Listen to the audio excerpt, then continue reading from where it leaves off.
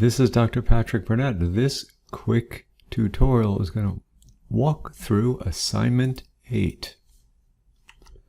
Now, this is based on the chapter that dealt with cost.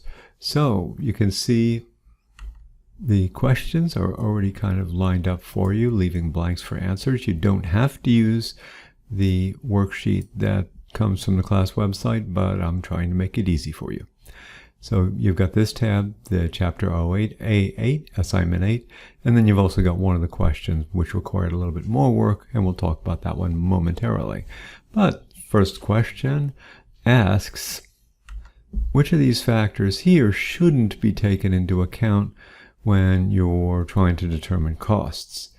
And these basically everything but the last two.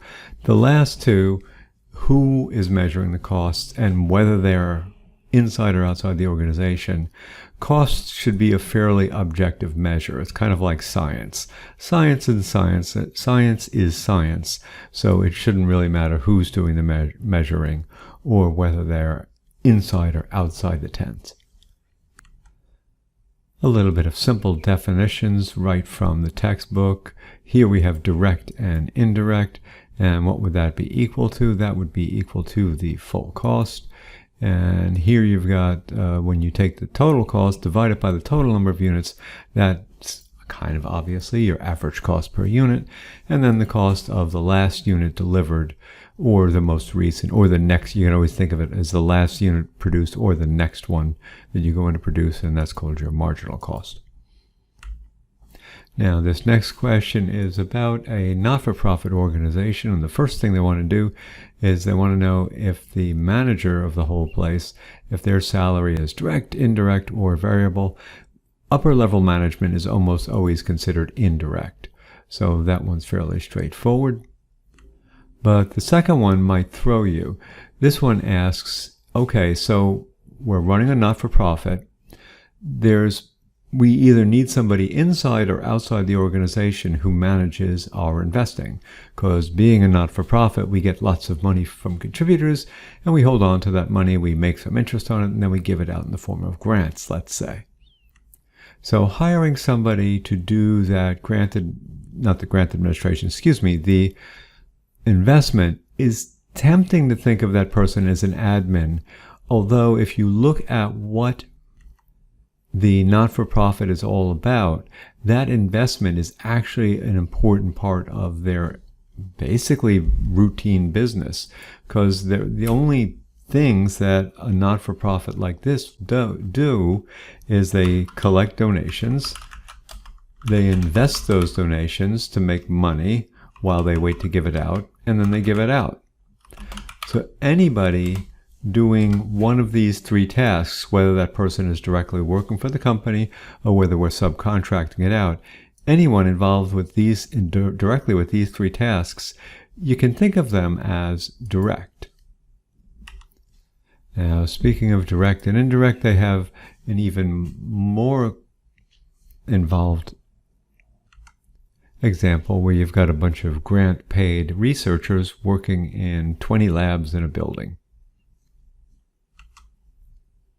And they want to know which costs might be considered direct or indirect, and then also which ones are fixed or variable.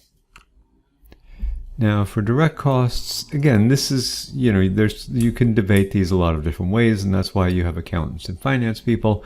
But for direct costs, I would probably go with like the researchers and let's say like the lab costs and things like that.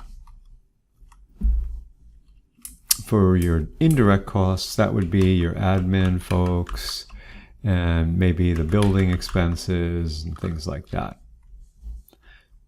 Speaking of fixed and variable, a lot of those building expenses would definitely be considered fixed. Your researchers are also, you probably can consider them fixed also, since, let's say, to make it easy, assume that the grant is paying for their entire time, in which case that becomes like a fixed cost, which would just leave small things like your lab supplies as variable. Now for question 26, jump to this other tab. This is the setup on this one was extremely complex. So I'm making it easy for you by giving you most of all the given numbers. So you're given information. So in this case, you're trying to figure out the break even on a trip that gets a bunch of people to, well, wherever. So you've got some basic information as far as the price, how much you're going to charge, whether it's how much the fundraising is going to cost per person, and then allowances for uncollectibles. So that gives you a net price per unit or per person who's going to travel. For each of the people traveling, you've got their variable costs. So there's airfare, hotel, food, and so forth. You can read down the list. This is all, everything in green is given to you. And I'm also giving you the formulas, since the case actually gives you the totals as well. But you can do the math and you can see our net price is $26.75. Our variable costs are $24.25. Since you're getting good at computing that contribution margin, or that profit per unit, partial profit per unit, each one of our people attending this thing will generate $250 in revenue. Now you're also told your fixed costs for the trip in terms of transportation and other things like that, and that comes to a total of $15,000 change. Now I divide that total fixed by the contribution margin right there, and that gives me the 61, which is our break even based on these baseline assumptions. Also want to take a little side road to let you know that we were also told that there were going to be certain chaperones for this trip, and apparently they'd have to pay for their own hotel, but everything else carried over. You can see the 600 carried over, and that carried over. So the cost per chaperone came there, and we were going to have 8 chaperones. And if you multiply those two, the 1.8 by the 4, you get the 7.3 thousand. So that's where we got that chaperone cost. But again, you took your total fixed, you divided it by your contribution, and that's where you got your break even. I even did a little example here to show you your fixed costs are always that 15,000, which we know from right there. Our variable cost, total variable cost, is the number of units, or the number of people there, times the cost per person right there. So that's how we build our total variable costs. So at this point, we've got fixed and variable. Add those two together, and we've got our total cost going across. Total revenue is just the same thing. The number of people going times that revenue per person right there. So that gives us a total revenue, which builds up. You deduct the costs from the revenue, and at 59 people, we're still in the hole. We're losing 500, but the losses go down, and eventually between 61 and 62, we come from negative to positive, which is indeed exactly where the break-even said it would happen. So there's the break-even by the formula, and here's kind of a graphic or visual way to see in the table. Now the textbook goes on to talk about subsidy, and I just wanted to show you two alternative ways of looking at subsidy. And basically I took the same thing you saw up here, I took the same math, but I just added two potential places. You might consider that subsidy on a per person basis, in which case you would add that to the price.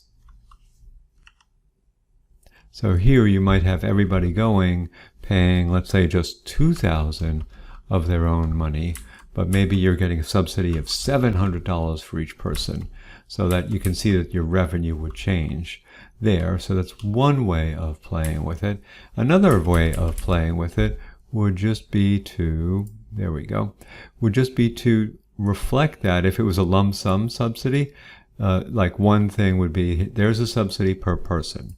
Like somebody agreed to donate, let's say $100 for every person taking the trip.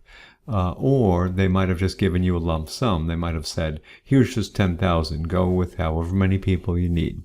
So let's say they went with 10,000 subsidy. That one way to look at that is that it deducts from your fixed costs. And when you do the exact same math as we were doing before, where we just add up all these things to get our total fixed cost, because that fixed cost is now lower, the same formula that we've always been using, dividing the fixed cost by that little contribution margin, still works. But now, instead of needing 60 people to go on the trip to break even, now you only needed 21 people to go on the trip, and you could still break even.